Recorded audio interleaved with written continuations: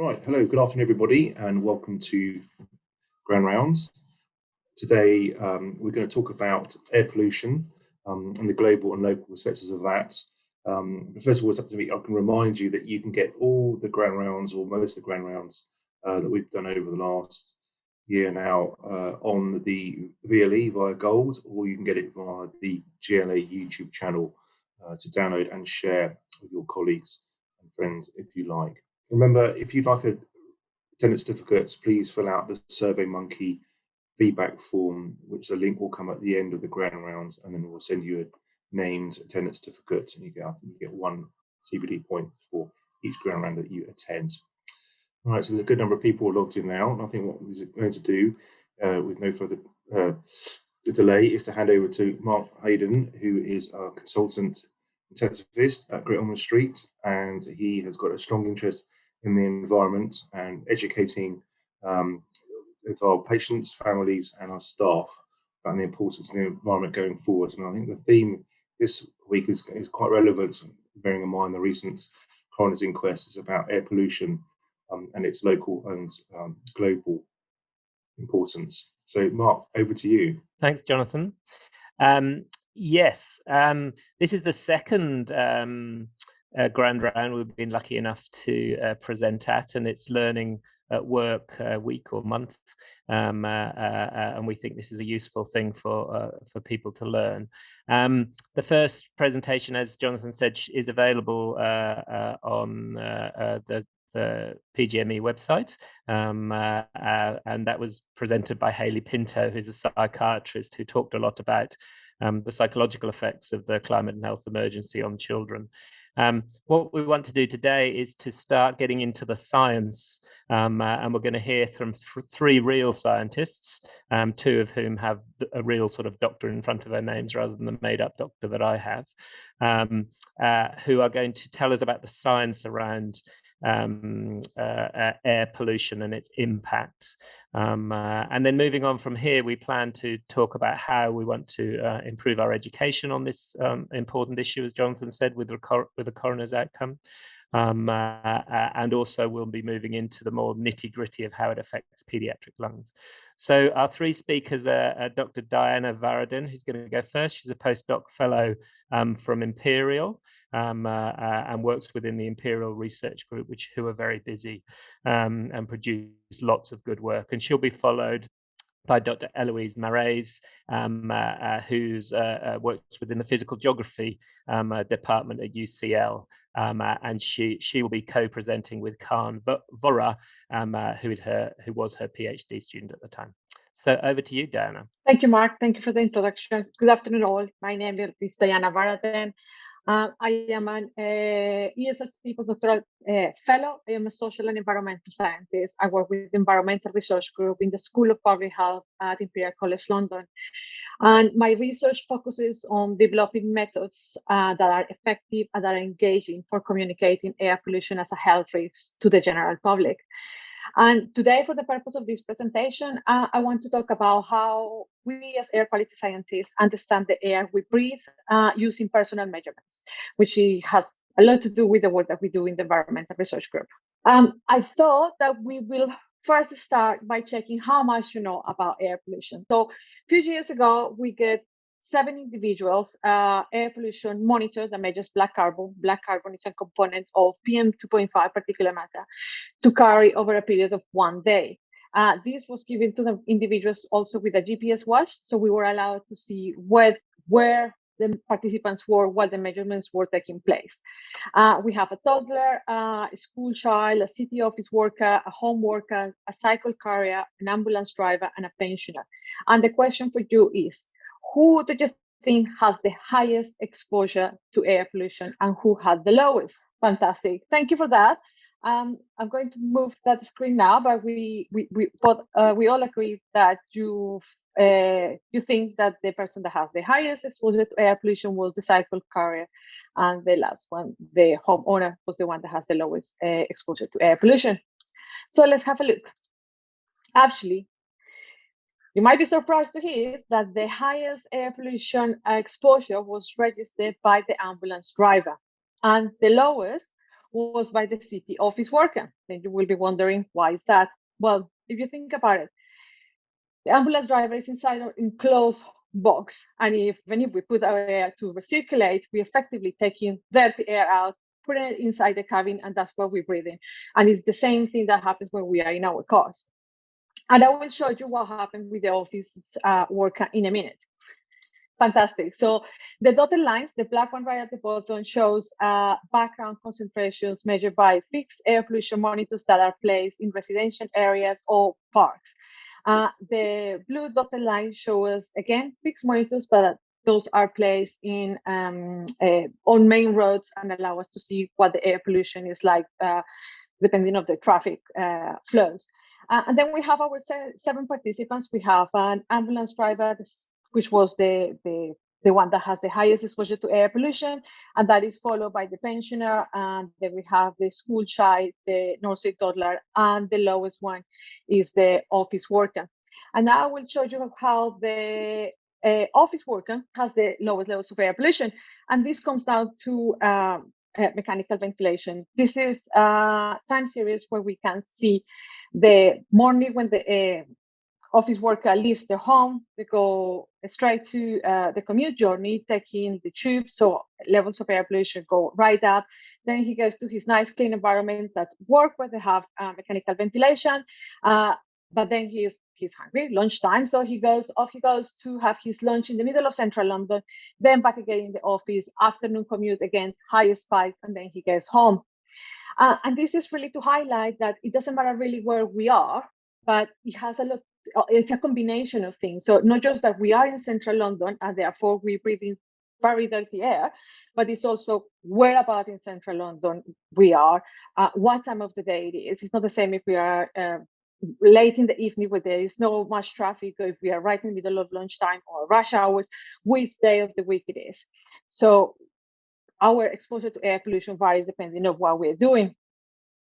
And I thought it would be really interesting to highlight this point. So first, we know everyone is born and we all have to die eventually. But what we can control is the duration between these two extremes and the quality of life that we have between these two extremes. But how can we improve the quality of life that we have if we live in a place like London, in a place here? And then if we step back a little bit and we think about how air pollution has changed, many of you will know that back in the day, 1952, air pollution was very visible, and it was something that you were able to see and you were able to smell. And there was a lot of changes came about after 1952. The Clean Air Act was introduced. Factories were moved to far from residential areas, and people were encouraged to use more cleaner modes of energy for heating their homes, like gas. And things did change. The air got much better, much cleaner. But that it changed, but it necessarily didn't go away. And now the air pollution that we face is slightly different. And for me, that I'm trying to find ways in which we can communicate air pollution as a health risk to people, it gets very, very challenging, because you're trying to tell people to reduce, to avoid something that they can't see. And then is when things get tricky, and then you have people that don't really think that there is a problem because they can't see it. So it's the problem that is challenging. So how do we then go about measuring air pollution and trying to somehow make it visible? So there are a number of things and techniques that we use. We have a fixed air quality monitoring. This is a picture you're familiar with. This is London. We have over 100 air pollution monitoring stations, fixed monitoring stations, some are background, some near or on main roads. And this traditional air quality assessment using fixed location is for UK legislative requirements, but that not necessarily reflect exposure. And there also the data we get from these stations sometimes is very difficult to interpret. So we have another thing. We have modeling. We use these air pollution data from the data from these air pollution monitoring stations to create these really pretty maps that we use with modeling techniques. And this is great to kind of get they're easy to interpret and allow us to see, well, the air pollution is concentrated in central London and is more so within main roads, junctions, and is very visual, and we can see and kind of fill in these gaps between where we don't have air pollution monitoring stations, and get a general idea how the air pollution looks like in big areas. And what is great for filling the gaps between the monitors, we have, or this has limitations: the time resolution, the accuracy, the inputting data sets, and the processing of the data. So when we think about air pollution exposure and what will be the way we assess air pollution exposure, we have three ways of looking at that. So we have the traditional view, where we have our outdoor sources, wherever they are, let's say traffic. We have a location, and in this case, they're our fixed air pollution monitoring stations. And then from that, we calculate exposure, and then from that, we link to a health effect.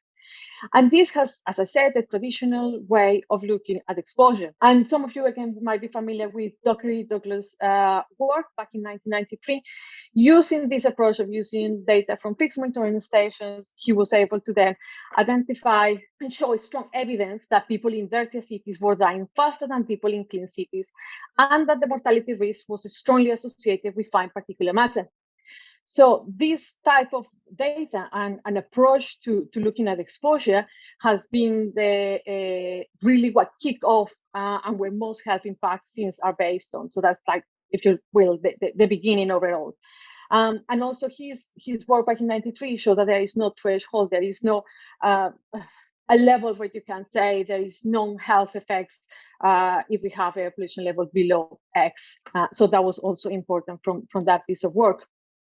And then if we move into looking at how is the contemporary approach to air pollution, we have one other component. So the modeling component I was telling you about before. So we have the air pollution fixed monitoring stations, and then we use modeling techniques to understand or to get an idea of what the air pollution lies is when we are at home. And then from then we calculate exposure and then the health impact. And that approach has been important to do work like this one, which was is a piece of work that was carried out in Southeast London, where data from fixed monitoring stations was taken to then produce these models to identify the effects of outdoor air pollution on the incidence of stroke. A good read as well, the reference is there if you want to have a look at that. But effectively what I want is to highlight how we use fixed monitoring station data with modeling techniques to identify these areas and then link it to incidence of stroke, like in the case of this study. But what happens? We don't sit just at our homes looking pretty.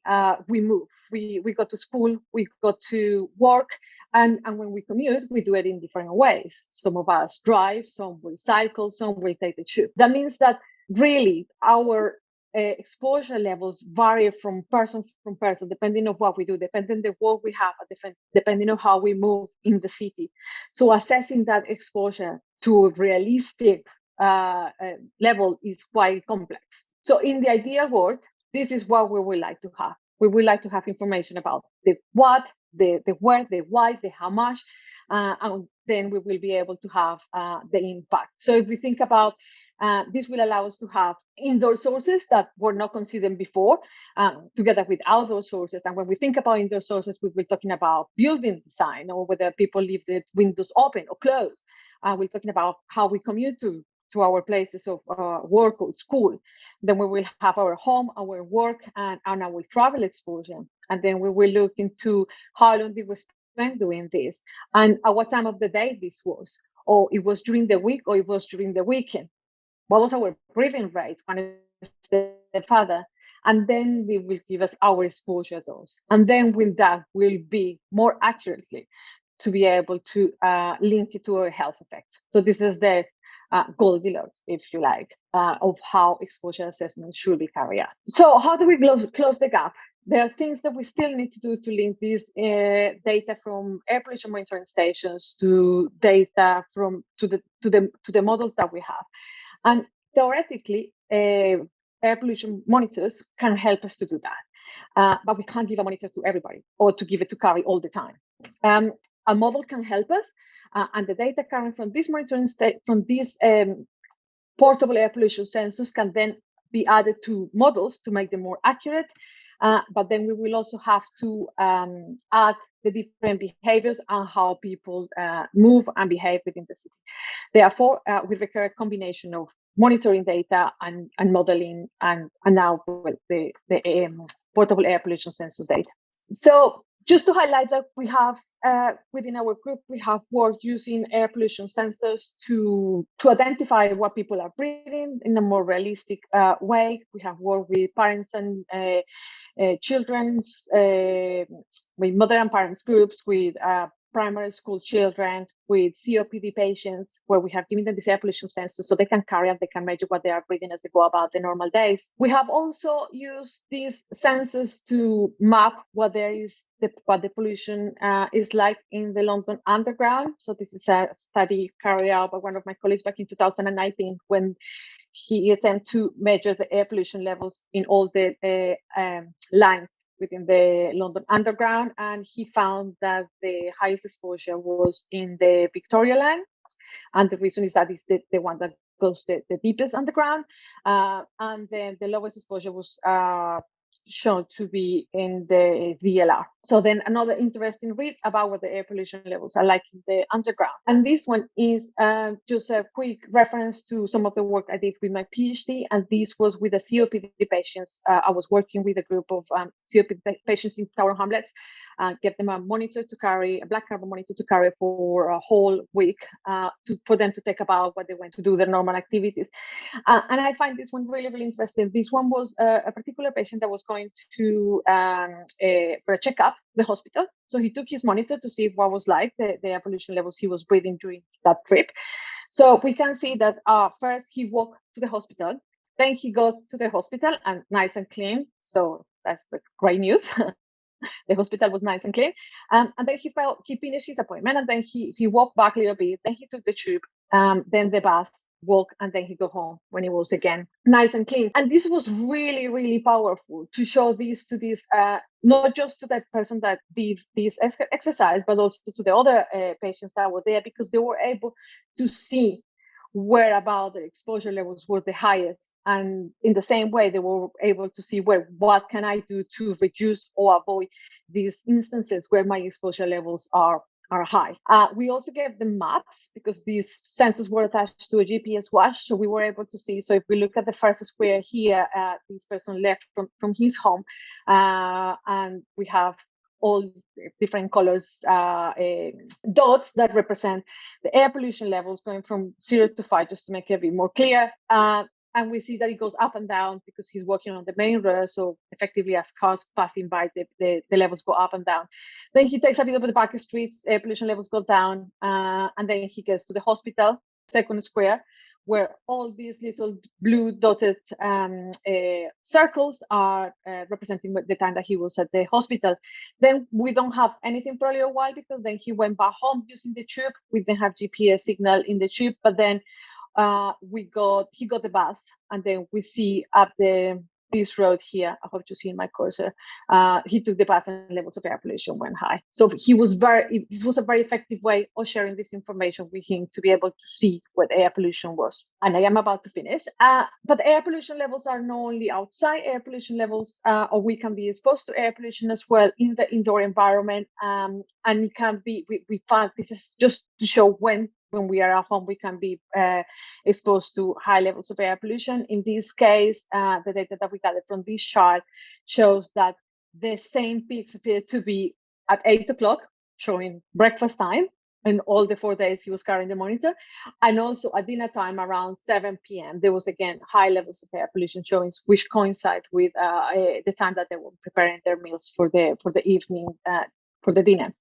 So air pollution can be present as well in our home environment. So why is assessing personal exposure important? Well, first, to improve exposure estimates, this should provide a stronger epidemiological and toxicological evidence to reduce uncertainty. If we are able to identify where we are exposed the highest, and we will be able to target policy changes towards those instances. And also, exposure reduction presents a method of protecting human health, which is beyond air quality improvement. So we do need things that happen at greater scale, but we also can provide people, our patients, with advice and information to reduce their exposure to air pollution today, right now, as they go back home from a checkup. And in social justice, air pollution is poorly understood. People really need to understand what air pollution is, where they're exposed the highest, and what they can do about it. If you have the knowledge, then you will be able to do something. So this relates as well to social justice. And just to finalize, some of you might know that Great Ormond Street Hospital now has a note as part of the Breathe London project. So the Breathe London project is another group run by the Environmental Research Group, is funded by the Mayor of London. And what we're trying to do is to have a number of air pollution sensors across London, which provide another layer of monitoring, if you like. So we have the fixed air pollution monitoring stations, and then on top we have these ones. But the difference with this one is that people, organizations will be able to have them. But we have hospitals and schools, but we also have community groups, and we are targeting community groups from vulnerable communities and in vulnerable areas.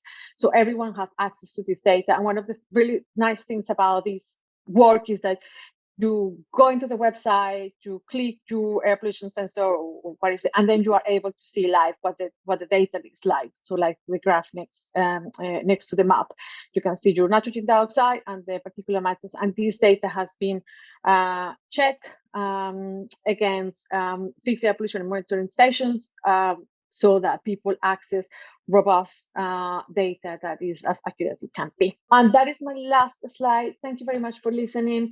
We're going to be taking questions towards the end. I'm going to pass over now to Professor Eloise, who is going to give us a more global perspective about air pollution, now that I have given you a more local perception. Thank you very much. Thanks, Diana. That's really given a nice overview of how we can carry out these sort of individual level, cohort level studies to then scale up, use the detailed information about these individuals and cohorts to assess the global impact of exposure to air pollution on premature mortality.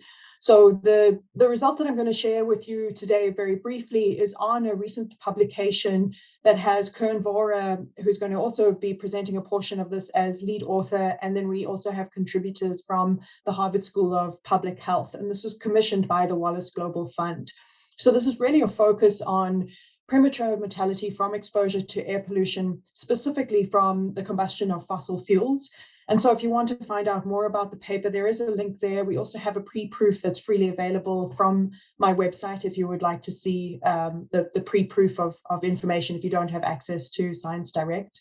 Just to give some global context to the distribution of PM2.5 around the world, I'm just showing here the spatial distribution of total PM2.5 from a satellite-derived product. So I won't go into the details on how this is derived, but this kind of product is extensively used in global burden of disease studies. And I've also just indicated some of the dominant sources in various locations in the world. But of course, this does vary too. It's very dynamic. There's variability in which sources dominate depending on the season. But typically in the Sahara, in the Middle East, dust is the largest contributor to PM2.5. In very anthropogenically active locations in the world, fossil fuels can dominate. So in the northeast of the US, in China, in Central Europe. I have also indicated agriculture. Agriculture is an increasingly important contributor to PM2.5 because we don't really have direct policies targeting agricultural sources. There are locations in Africa, in South America, just on the edges of the Amazon, where open burning of biomass can dominate. And then there's also locations where wildfires and dust can dominate. But what's important about fossil fuels is that they are directly controllable. So it's not easy to control the amount of dust that we're exposed to from natural sources. But we do now have economically viable alternatives for us to transition from our reliance on fossil fuels to use cleaner and more sustainable sources of energy, with the co-benefit of not just reducing the greenhouse gas emissions that come from these sources, but also air pollution. And hopefully we'll convince you through this presentation that the impact on air pollution is immediate and severe. I've just indicated some of the sources that contribute to PM2.5 from fossil fuel combustion, all the way from the energy that's needed to extract these fossil fuels to their end use in vehicles. We know that diesel is a huge problem in the UK and Europe in general. There's also some concern over this bunker fuel that's burned in ships. And there's many, many more sources, natural gas and coal for energy generation, as well as residential use of coal, which is still quite prolific in many locations of the world. But just to remind everyone, you might all be familiar with PM 2.5, but just to make sure everyone's on the same page, PM 2.5 includes primary contributions. So this is when particles are emitted directly from the source of combustion, but there are also secondary sources. So we can have gas phase compounds that are emitted like sulfur dioxide and nitrogen oxides, and those then evolve in the atmosphere to form aerosols, again, contributing to PM 2.5. And I've just provided some illustration of the kinds of components that can contribute all the way from black carbon to sulfate to nitrate, ammonium. There's other inorganics. There's also organic aerosols that are both primary and secondary, but there's also many other components that contribute that I haven't indicated here. So it's not a homogeneous mix of particles. It's really this heterogeneous mix that comes from a range of sources, and there's lots of chemical and physical processes that take place to grow aerosols before we breathe them in and they penetrate deep into our lungs. And of course, I've shown you the satellite map already. We can use satellite products to estimate total PM 2.5 in some locations where observations on the ground are abundant. We can use observations to monitor total PM 2.5, but it's really challenging to isolate specific sources, in particular fossil fuel PM 2.5, using these kinds of observations and products. And so for our purposes to isolate PM 2.5 specifically from fossil fuels, we make use of a model. And the model includes a lot of complicated processes that I'm not going to go into the details of here now, but just the specific components that are relevant to this work. It's effectively a 3D representation of the processes that take place in the atmosphere leading to the formation as well as loss of PM 2.5. So all the way from the emissions to the way that meteorology can move things around and alter the properties of aerosols to the actual chemistry, the sort of numerical component of the model to represent the formation of PM 2.5. The specific model that we use is called the Geoschem Chemical Transport Model. It's a dynamic model that's used by the global community. It's ostensibly housed at Harvard, but an entire international community contributes to its use as well as development. And there are multiple ways that you can run this model. So you can run it in the global domain. It tends to be at quite coarse spatial resolution, 200 to 250 kilometers. But you can also run it over specific regions that you might be interested in, such as Europe. And you can run it at finer scales, roughly 25 to 30 kilometers. And that may not sound like a lot when we've seen those really high resolution maps from Diana, but they're at the global scale. This is getting at much, much finer resolution than previous studies. So we can better resolve the spatial distribution of air pollution that the global population is exposed to. Another thing that we can do with this model is that we can turn on and off different sources. So here I'm just illustrating some of the emission sources that are included in the model. It's not an exhaustive list. We can turn off those that are associated with fossil fuel combustion. We can rerun the model and we can output effectively PM 2.5 from the non-fossil fuel sources. And we can take the difference between a model with all sources, the model with non-fossil fuel sources, and the difference tells us what the fossil fuel PM 2.5 component is. There's also extensive validation that happens where the model is compared to the observation network that we have available. So we make sure that the model is quality checked before using it for a study like this. And so here I'm just showing you the fossil fuel PM 2.5 that we estimate from this model. And I'll just highlight some locations that show up as pretty dramatic. So the hotspots where there's a lot of fossil fuel use, where environmental policy is maybe still under development or not yet imposed, occur in places like China, where the average from fossil fuel PM 2.5 alone is about 63 micrograms per meter cubed for this specific year and simulation. So this isn't even taking into account all the other components that contribute to PM 2.5. In India, where development is rapid and environmental policy is not really, we're not seeing the evidence of environmental policy in the observation record. The value is a little bit less than China, but still formidable, 43 micrograms per meter cubed. And the WHO guideline is 10, so far, far above the levels suggested by the WHO. We can look at Europe, and the Europe average is 14.5 micrograms per meter cube, not as high as the hotspots, but still above the WHO guideline.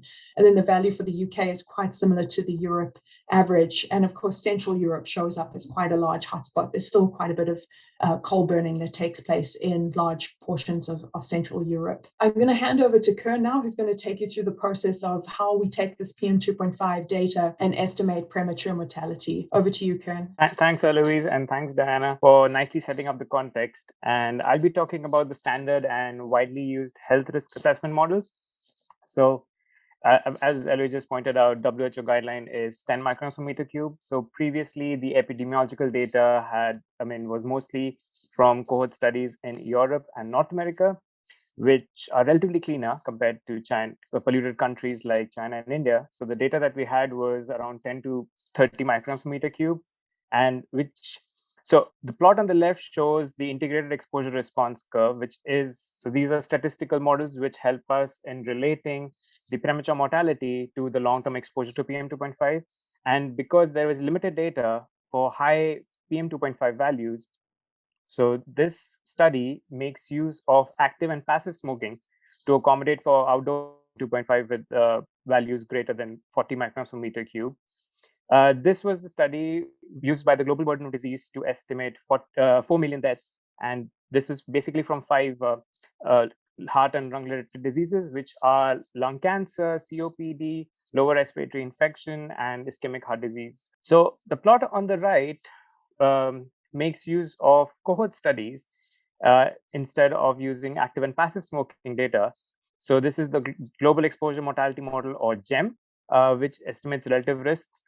This uses 41 cohort studies, and the data is basically constrained using 4 parameters. So this fit is for cohort with a wider age group. It's basically 25 years and older, as well as takes all causes of mortality into its consideration.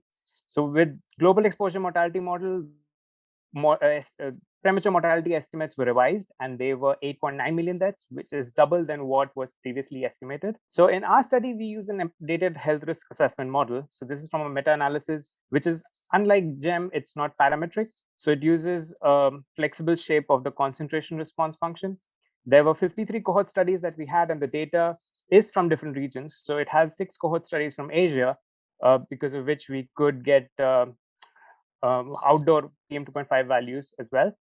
And in this health risk assessment model, the age group is also wider. So we consider population which is older than 14 years, includes that from all the different causes.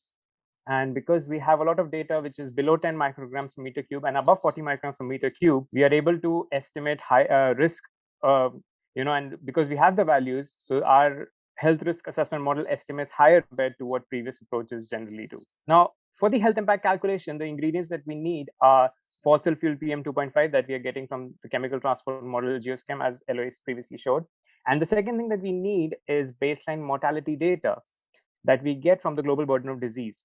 So we use this with the gridded population, and then for each grid cell, or basically for all the different areas, we get what is the fossil fuel contribution to PM2.5, as well as the baseline number of deaths. Now, these two are used as an input for the health risk assessment model, which gives us the fraction of deaths attributable to fossil fuel PM2.5, and eventually we get the global premature mortality estimates. So here are the results of the global premature mortality estimates. So blue and green are showing the low values, and extremely high values in red, which can be seen in China, India, Bangladesh, as well as Central Europe and Northeast United States and Brazil. So these are similar to the areas where we expect a lot of population as well as fossil fuel consumption. And overall, we estimate 10.2 million deaths, premature deaths, which were attributed only to fossil fuel related air pollution in 2012. Now, it's important to know that it has a high range in uncertainty. And this is, as Diana mentioned in her talk, that we need strong and more epidemiological evidence to reduce the uncertainty. So this is because a lot of these premature deaths, are more than 60% are in countries like China and India. So that is accounting for the large range in uncertainty. So here in this animation, we are showing the premature mortality estimates for different regions and countries. So the scales have been adjusted to look at and visualize the hotspots in different countries. So we have different countries in Asia where there's extremely high premature mortality burden compared to developed countries, and like Western Europe, United States, and Canada with relatively lower numbers. In India, it's mostly North and Northeast India where there is a high premature mortality burden. And in all the other places, we can see the capital cities, like in Vietnam, we can say Hanoi, and Ho Chi Minh, in Seoul in South Korea, and so on and so forth.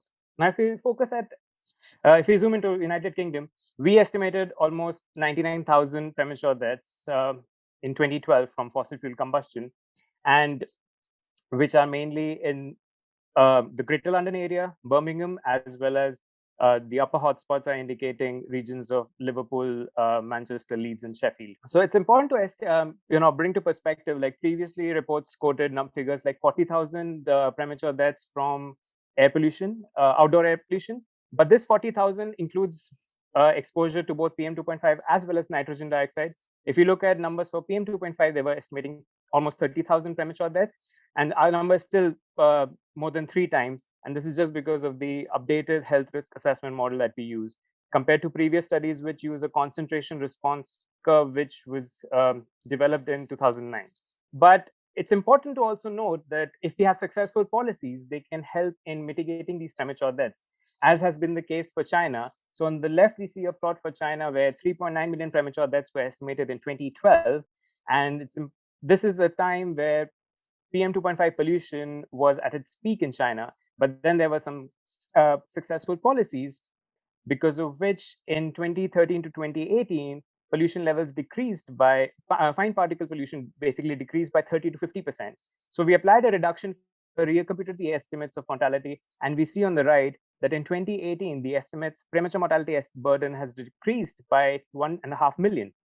So this is important to indicate that policy measures, if in place, they can definitely help us in mitigating these premature deaths. So yeah, but that's not pretty much, so I had been focusing at different results, which are for people older than 14 years age, but children are also affected by air pollution from fossil fuels.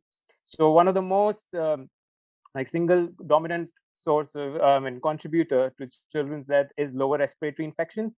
So there we make use of a concentration response function back in 2013, which estimates relatively 1.12, a relative risk of 1.12 for every 10 micrograms per meter cube increase in PM 2.5.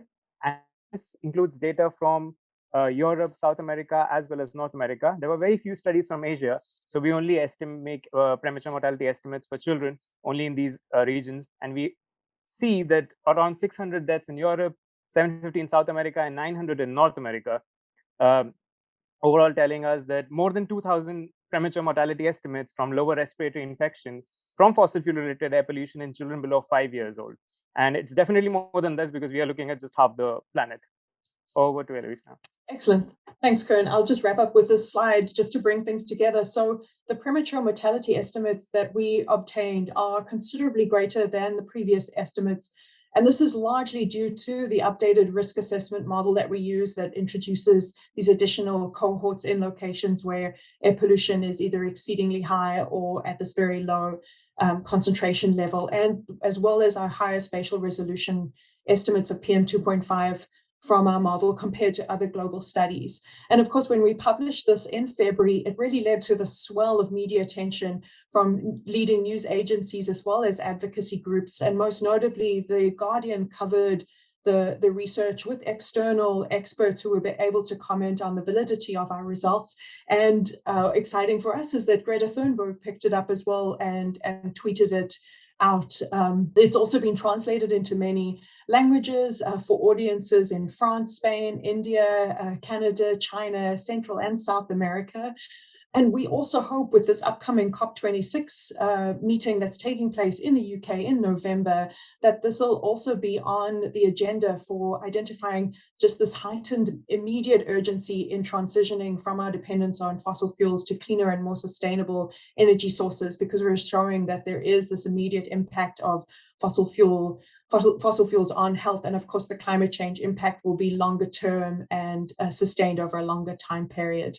Thank you very much for your attention, and we're happy to take any questions. Thank you very much, all three of you. Thank you particularly for ending on the pediatric element. And I think that's often the hardest one to get the sort of detailed data on. And I guess one of the things we're trying to do in GOSH at the moment, and other pediatricians across the world are trying to do the same thing, is to try and work out the impact on our patients, on individual children that we might see. And that's really going down to the very micro level compared to where we're sort of starting looking at the whole world.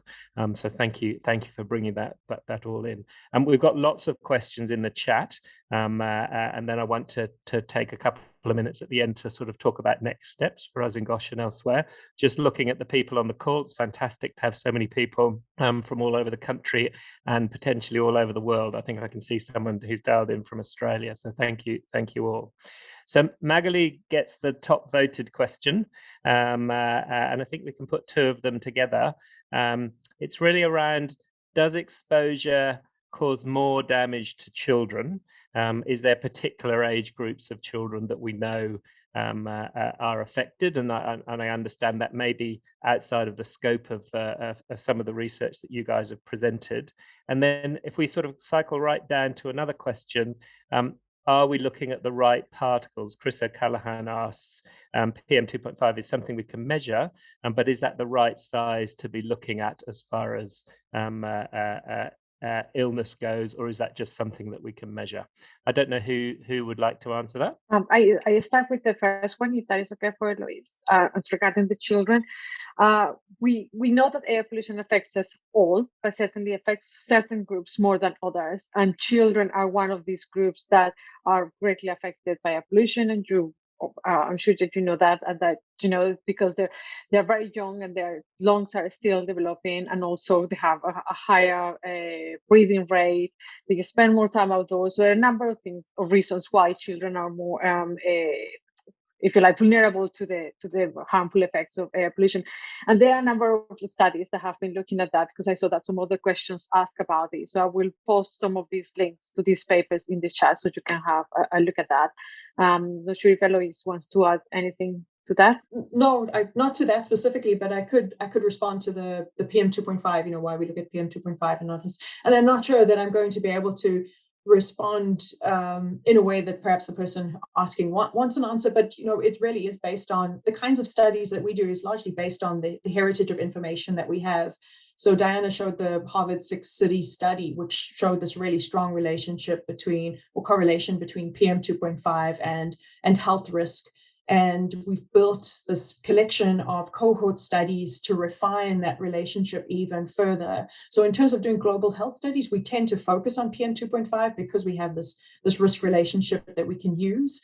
But there are a lot of researchers looking at the ultrafine particle size range to understand the toxicity associated with this, or whether there are more adverse health outcomes associated with the finer scale. But I'm happy for Diana to also add to that if she has more information on the ultrafine particle health studies. I think I would leave it at that. Thank you, Eloise.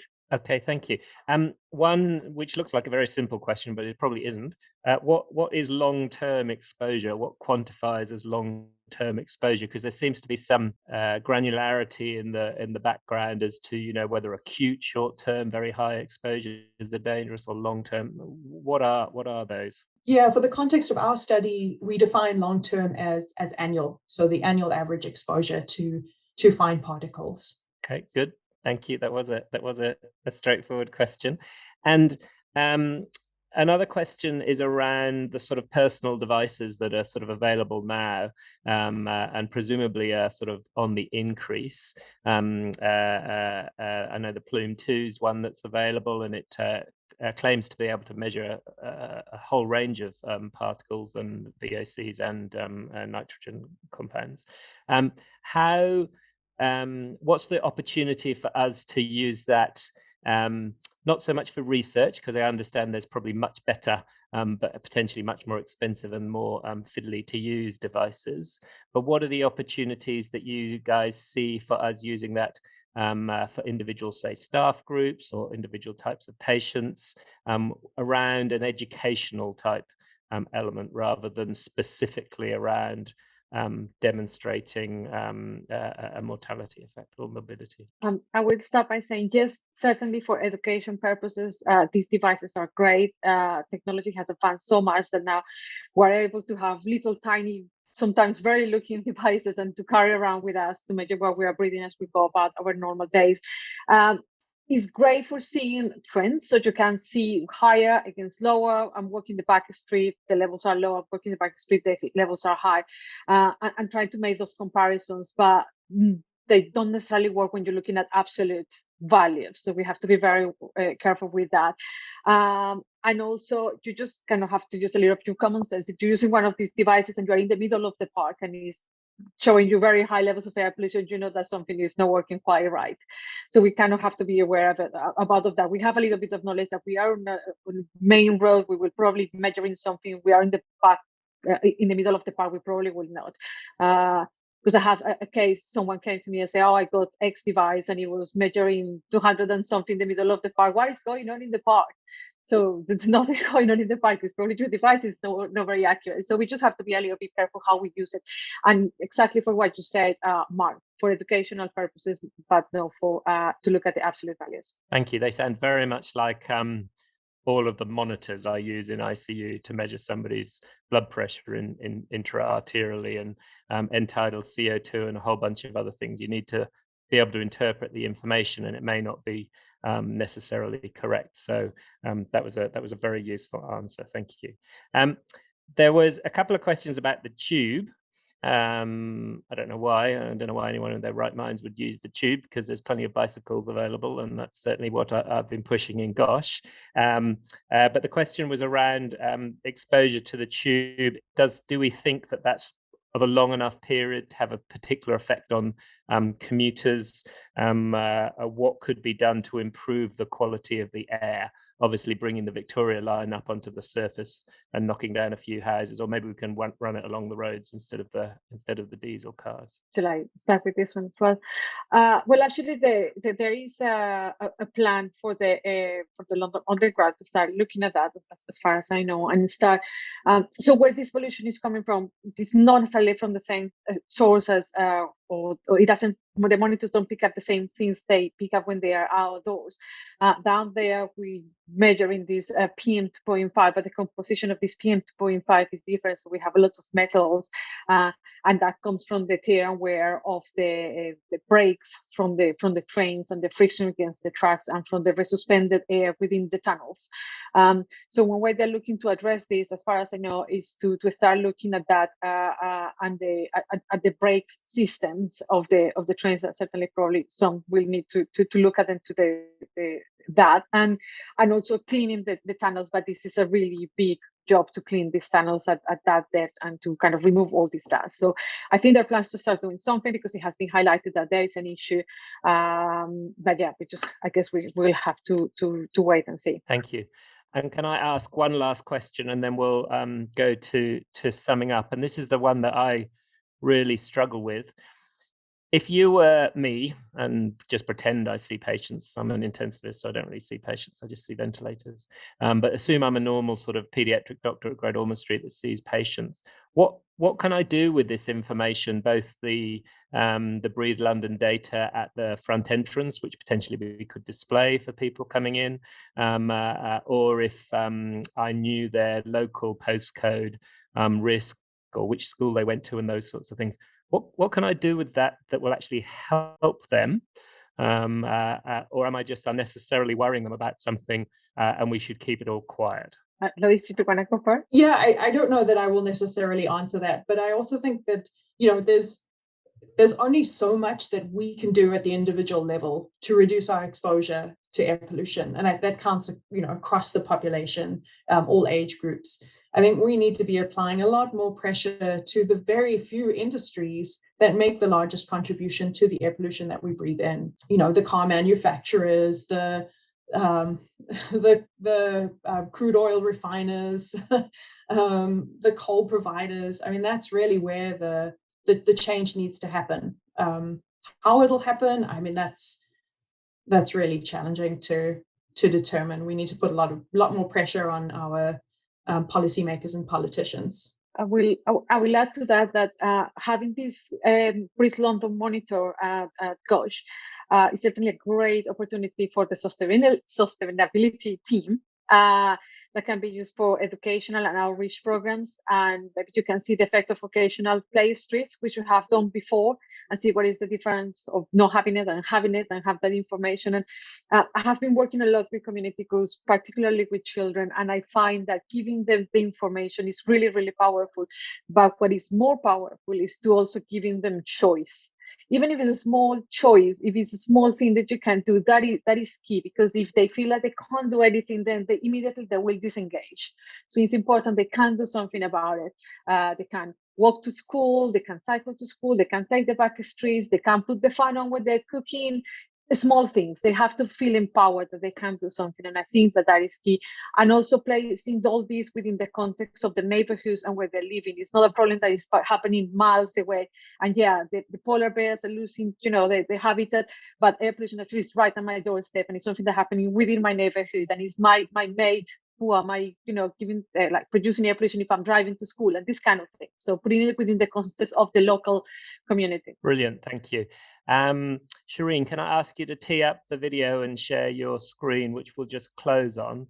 But while Shireen's doing that, can I thank the three of you for coming to our hospital virtually and educating us. I think we often live in a bit of a bubble in health, and even more of a bubble in Great Ormond Street.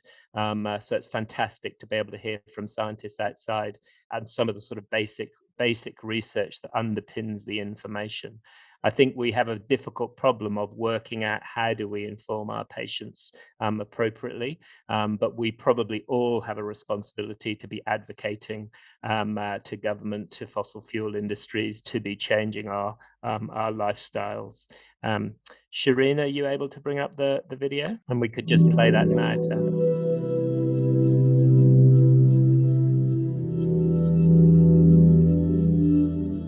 My two twin daughters, who were one, and my older daughter, who was a bit older, went to nursery on the South Circular. So there, it was on Excel Nursery, right on South Circular. And I am a respiratory doctor, and I put them in that nursery. This was in 2015. We're taking the unique step of geocoding, or placing the address of every child in our health system onto a map. And then we start overlaying the location of where those kids live with the air pollution exposure in their neighborhoods.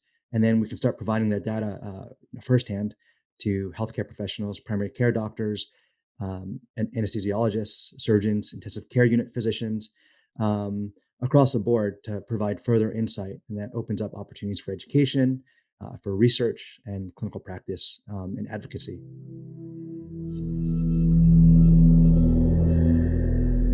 So that's just a little taster from a mob called the Climate Acceptance Studio, who are trying very hard to produce educational information for us all, and maybe something we can personally go forward with. That's all coming out soon, so look out for that as far as your CPD goes.